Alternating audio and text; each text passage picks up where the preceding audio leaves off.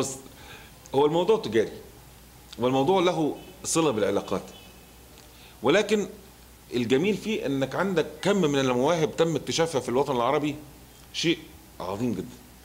لكن ينقصها انك انت الراجل بيطلع بعد هذا البرنامج ما تعرفش عنه حاجة